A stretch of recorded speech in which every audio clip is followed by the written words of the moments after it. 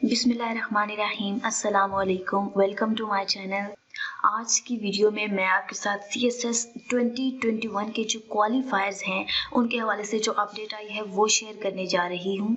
जैसे ही आप federal public service commission की वेबसाइट को विजिट करेंगे तो वहाँ पर नीचे आपके पास एक ऑप्शन अवेलेबल होगा CSS नोटिस का। इस पर जब आप क्लिक करेंगे तो आपके सामने एक CSS exam 2021 important notice available होगा। इसको आप क्लिक करके डाउनलोड कर लें। मेरे पास ये ऑलरेडी डाउनलोडेड है, इसलिए मैं इसको वहां से ओपन कर लेती हूँ। सो ये क्या इम्पोर्टेंट नोटिस है?